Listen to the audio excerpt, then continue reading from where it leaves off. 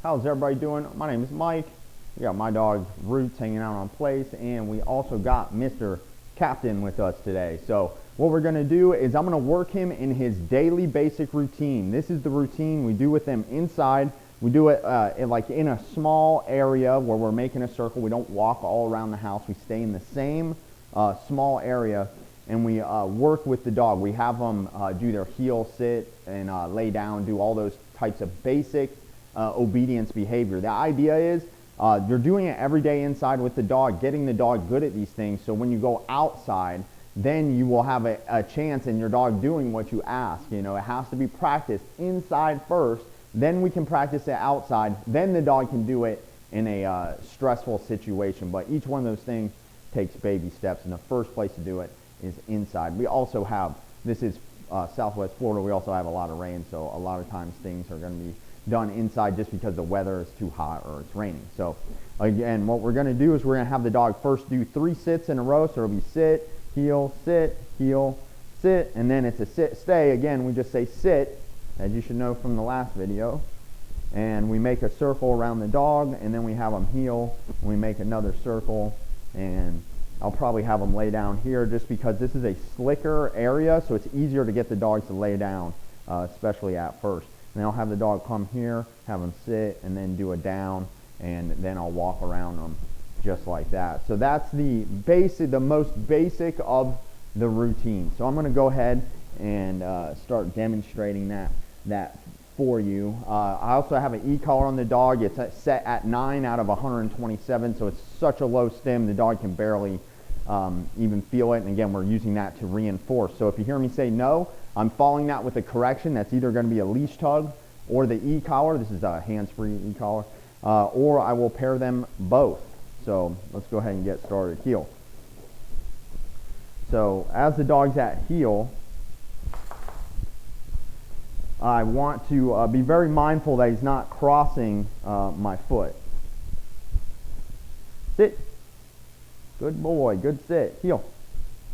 Sit. Good job. Heel. Sit. Sit. Good boy. Good job. So when he does what I asked, nope. So I just gave him a stim right there. Heel. I bring him back to the same spot. Sit. Bring him back to the same exact spot. Sit. So I remind him, sit.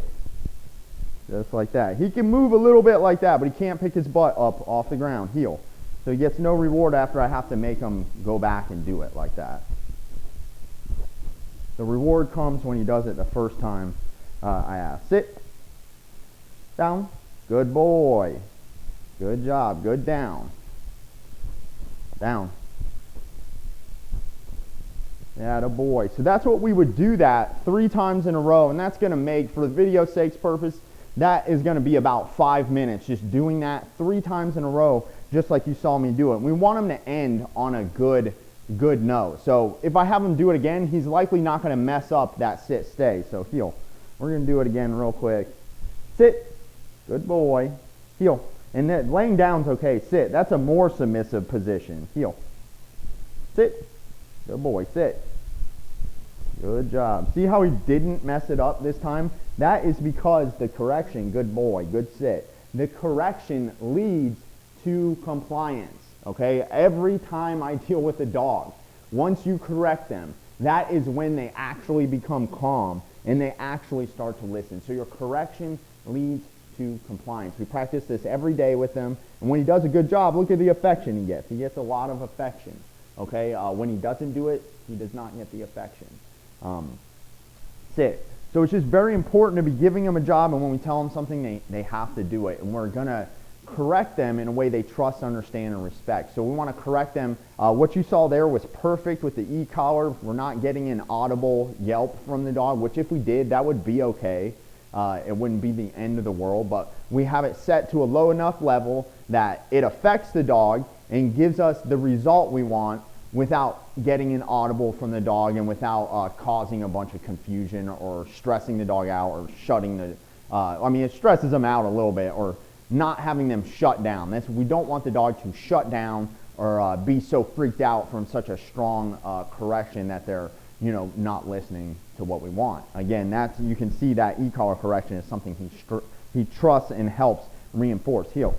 helps reinforce these commands. It's really handy for when we're doing this. Sit, down. When we're doing this, now I don't have a leash in my hand, but I can still correct them. That's what it's really handy for. Down.